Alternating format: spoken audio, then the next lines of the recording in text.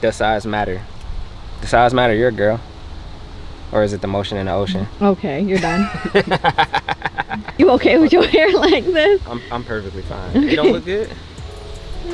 Yeah. Don't worry about it. Don't worry about it. It's the new sauce. Watch niggas start copying me. Anyway, where's the goddamn deal, YouTube? Is of course your boy Vuhlandes back with another video. And today we are talking about if sensor size really matters. We got the Fuji X-T4, which is a crop sensor camera. Then we got the big boy right here, the Fuji GFX50R, which is clearly a medium format camera. So you know what I'm saying? Sensors are definitely different, as you can see, right? Anybody with eyes can see that. Oh, we got Earl here too. You see the sensors? Yeah, way bigger. So a lot of people don't want to shoot crop sensor because they're like, oh, it's a crop sensor. The bokeh is different, so the blurry parts of the photo are definitely blurrier on like a medium format or full frame size sensor. And yeah, I guess if you try to blow like pictures up or like put pictures from, like if you make a book or some shit and you want to put pictures from the crop sensor camera in your book, you know, you lose a little bit of detail. But honestly, I don't think any of that shit matters at the end of the day. But for the sake of the argument, we're going to be testing them out. I don't really have a comparable lens size. Like this is a 56, so on here it's like an 80 or some shit like that. And then on here, this is a 63, so on here it's like a 50. So yeah, that's as close as we can get to lens comparison. So if you care about that, I don't know what to tell you, because that's what we're working with. So anyway, gonna take some pictures of Earl and just kind of see how these cameras match up and if it actually really matters.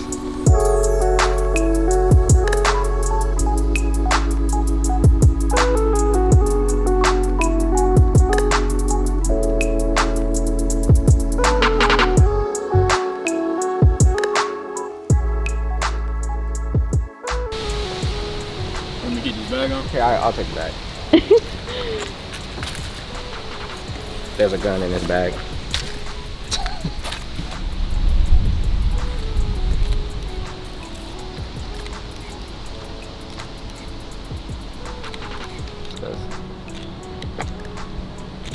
It's a different lens. Somehow I gotta step back here for that.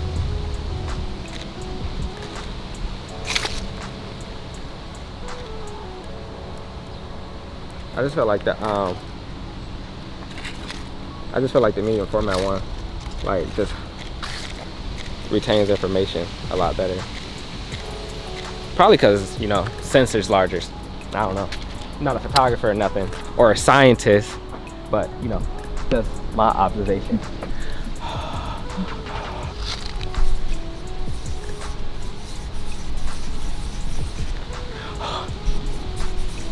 That's better.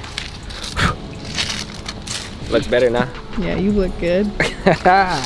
You know me. All right. Be walking like this way with your head down, but come back. Yep. All right. All right, come back. All right, go ahead.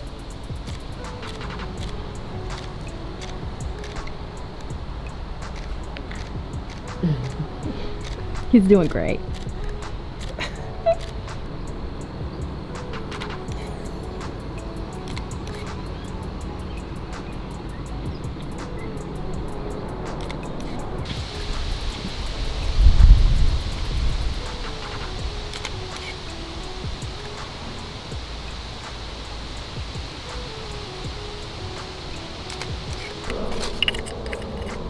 What you doing in here?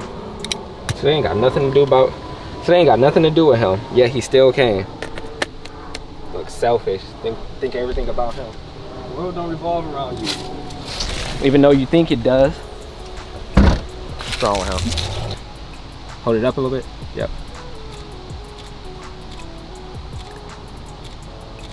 Make it straighter. It's like a little bit. Yeah, perfect. Give me a good hit.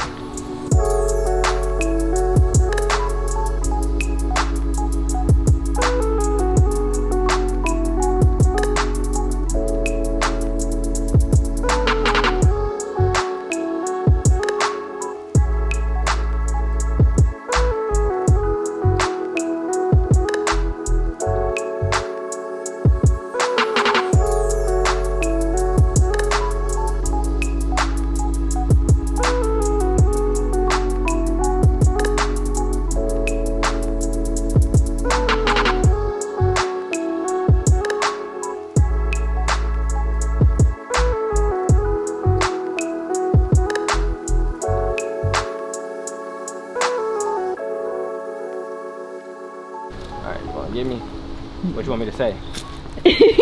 What am I saying? It's over. We going back home. That's all you had to say. Oh, really? Yeah, like just be like. Oh, okay. Just like close it up, Yeah, just so yeah. you don't pop up back at home. All right, we're gonna go home and I'm gonna talk to you guys a little bit more about the differences, a little bit more in depth, because it's hard to kind of talk about that out here while I'm doing it. So we can go look over some photos that I've taken with the X-T4 and some that I've taken with the GFX, and just kind of go over those and just in general compare the differences between not full frame, medium format and crop sensor. So yeah, let's go back home. Stop following me.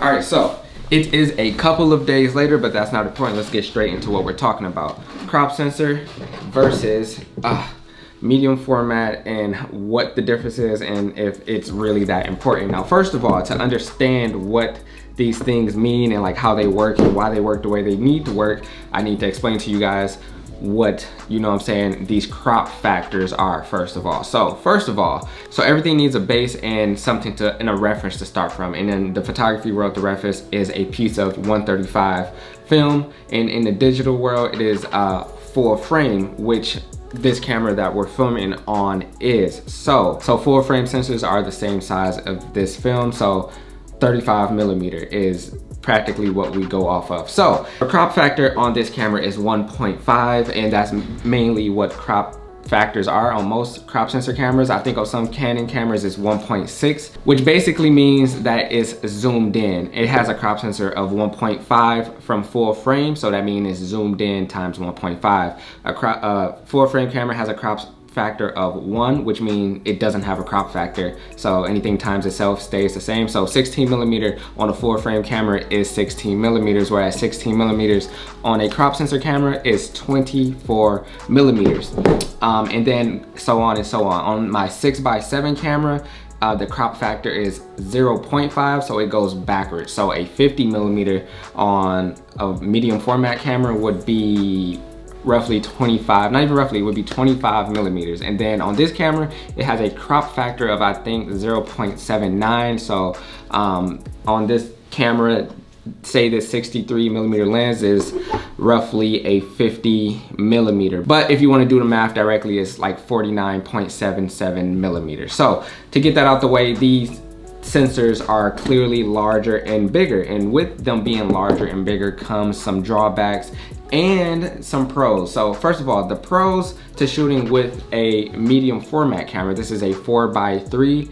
camera, so it's not 6x7, it's still a larger sensor than full frame and crop sensor. So you're gonna get more detail. And first of all, I don't think it's that fair to kind of compare a like 21 megapixel camera to like a 51 megapixel camera. This might be more than 21, but it's definitely not 51 megapixels. But you know what I'm saying? I don't get too deep into specs. I know the specs and stuff like that, but I don't get too deep into it because to me, I don't feel like it matters. But if we're gonna be talking about this, in this case, it kind of matters. So, but I did just wanna kind of point out the fact that a lot of people would probably go for this camera and assume that this camera is better because of the things that it can do. Higher dynamic range, better in low light, clearly more megapixels, overall just a sharper image and just more information. There's you can do a shit ton with the files, and all this other stuff comes along with this camera that's beneficial to some people. Medium format cameras do have drawbacks. One, they're way bigger than crop sensor cameras, like extremely, like way bigger. Like it's not even a question, like they're clearly different sizes, right? Another drawback is it being super expensive, not necessarily a you know, wallet friendly camera to have. You get what you pay for in a camera, but not to say that this camera does also do a lot. And I feel like working with this camera, a lot of people wouldn't want this camera because it is a crop sensor, and they're like, oh, if you're gonna blow it up, if you're gonna put it in a book. But I feel like most of the time nowadays our work is shared over the internet, so it's not that big of a deal. With shooting on medium format camera, you do get a larger depth of field. Like that's why my lens is on my RZ67, which is a 6x7 film camera. The widest the aperture goes is 3.5, and that's a lot, and it's still like very, very blurry, whereas this is 1.4. Like this lens that I put on here is at 1.4, and it's still like not as blurry. People talk about looks. There's a full frame look, and then there's the medium format look, and I do see it. If you take If you take photos and you've used different cameras, you see the look people are talking about. And some people want certain looks for the things that they do. That's why people in Hollywood film with certain cameras like Super 35s and full frame cameras and stuff like that. There's a certain type of look, and I just think it all depends on the look you're going for. I don't actually think none of this matters when it comes down to taking meaningful photos and photos that have impact, and just like overall a good photo. I've taken really good photos on this camera, and I've taken really bad photos on this camera. So I don't think that there's any room for like, oh, this camera's better, so photos are gonna be better. I reiterate this to you guys every single time we go out and shoot. So you don't need the latest and greatest and most expensive gear to make, you know, good photos. But since we're talking about this, that's pretty much the argument. Anyway though, that's gonna wrap it up for me. I hope you guys enjoyed the video. I hope you guys enjoyed the photos, and I hope you guys got something out of it. And maybe if you didn't know the differences, now maybe you know. I feel like I'm always talking to people who already know so much about photography that they don't want to like hear this, but maybe there's people out there who watch this channel who's new to photography and you know, don't know as much as me, even though I don't know everything, or don't know as much as the next person. There's gonna be comments under this video telling you a lot more than I did. So that's just YouTube and the internet in general, which is a good thing. So yeah, anyway, I hope you guys enjoyed this video, got something out of it. If you are not subscribed to the channel, please do me a favor and hit the subscribe button. If you are subscribed, please do me a favor, ring the notification bell so you get notified every single time we drop a new video. Videos are going to be once a week from now on, so I hope you guys enjoy that. As for me, I'm about to get out here and go do some shit, so y'all know the vibes. Let's go do some shit.